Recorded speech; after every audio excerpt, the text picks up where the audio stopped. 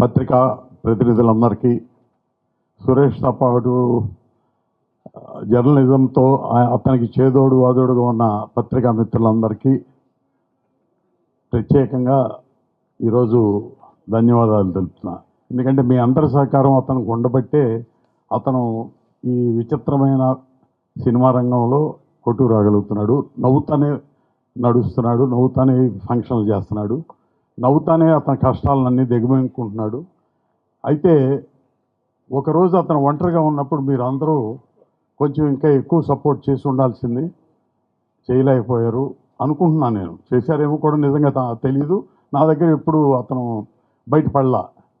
ఆ రోజు అతనికి ఏదైనా ఒక చేయూతనివ్వాలని ఈ ప్రెస్టీజియస్ కల్చరల్ సెంటర్ ఈ ఆర్గనైజేషన్కి అతన్ని ఎడిషనల్ కల్చరల్ చైర్మన్గా పెట్టడం జరిగింది. అలా పెట్టడం వలన కూడా చాలామంది చాలా కామెంట్లు చేశారు అతన్ని ఇబ్బంది పెట్టడానికి.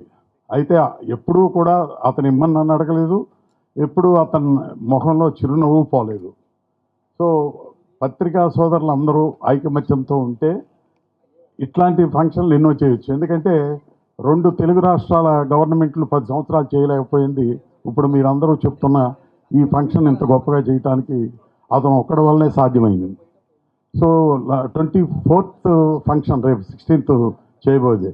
ఇన్ని సంవత్సరాలు అప్రతిహతంగా ఇంతవరకు ఆపకుండా చేయటం అంటే 2 రాష్ట్రాల గవర్నమెంట్లు కూడా ఆలోచించాలి. ఒక సింగిల్ పర్సన్, సింపుల్ పర్సన్ సంతోషంగా ఆ మొహంలో అట్లాగే సంతోషం నింపుకుని ఎంత గొప్ప ఫంక్షన్. ఇప్పుడు చూసిన ఈ క్లిప్పింగ్స్లో అందరు ఆర్టిస్టులు, ఎంత పెద్ద ఆర్టిస్టులు అయినా దాంట్లో కనపడ్డారు. అయితే ఆ క్లిప్పింగ్స్లో ప్రొడ్యూసర్లు తక్కువ ఉన్నారు, ఎవరు చాలా తక్కువ ఉన్నారు, అతి తక్కువ ఉన్నారు.